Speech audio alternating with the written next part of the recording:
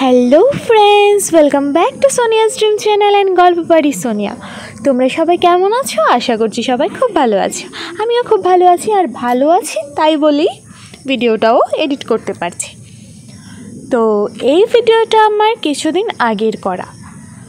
অনেক প্ল্যান করার পর আমাদের সব বন্ধুদের ইউনিভার্সিটি শেষ হওয়ার পর এই প্রথমবার আমরা সবাই একসাথে ঘুরতে বেরিয়েছিলাম।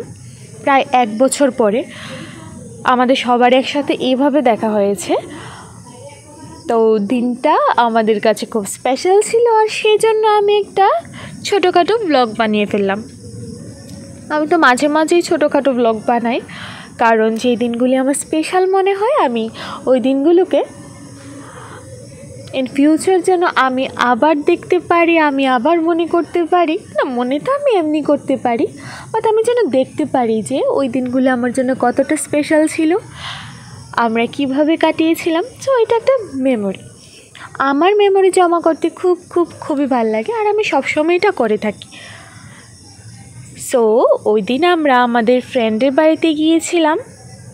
যাওয়ার পর আমরা ঘুরতে বেরিয়েছিলাম। তো ঘুরতে বেরিয়ে আমরা প্রথমে গিয়েছিলাম রাজবাড়ির সামনে, তারপর এখানে ফুচকা টুচকা খেয়ে আমরা চলে গিয়েছিলাম মুভি দেখার জন্য। কিন্তু মুভি দেখতে গিয়ে আমরা দেখলাম যে না, আমাদের টাইমটা ভুল হয়ে গেছে, আমাদের টাইমিংটা ঠিক ছিল না। এসে দেখলাম যে সিট নেই। সো তখন আমরা ওইখানে প্রায় 1 ঘন্টা ওয়েট করেছি, আর তখন আমরা স্মার্ট বাজারটা ঘুরে দেখে ফেললাম। তো শপিং মলে যাওয়ার পর এই গরমের মধ্যে আমার ফ্রেন্ডের একটা ব্ল্যাঙ্কেট পছন্দ হয়ে গেল, আর সে সেটা নিয়েও নিল। তো এই কেনাকাটা করতে করতে আমাদের মুভির টাইম হয়ে গেছে। তো তখন আমরা চলে গেলাম। ভিতরে গিয়ে শুনতে পেলাম যে আরও 15 মিনিট ওয়েট করতে হবে, যদিও সেটা আমাদেরকে আগে বলা হয়নি।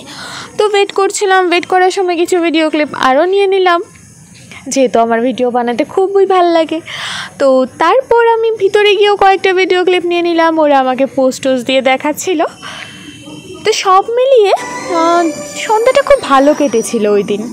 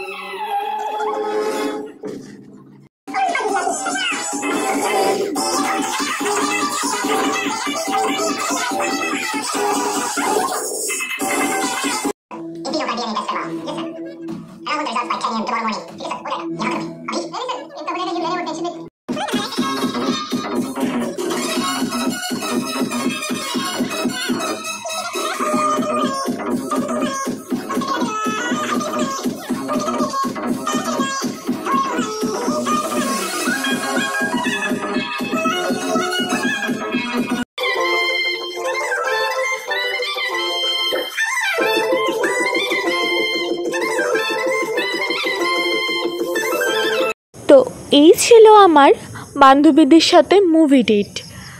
তো ভিডিওটা কেমন হয়েছে সত্যি আমি জানতে চাই না কেমন হয়েছে। তো আবারও দেখা হবে নেক্সট ব্লগে। টাটা।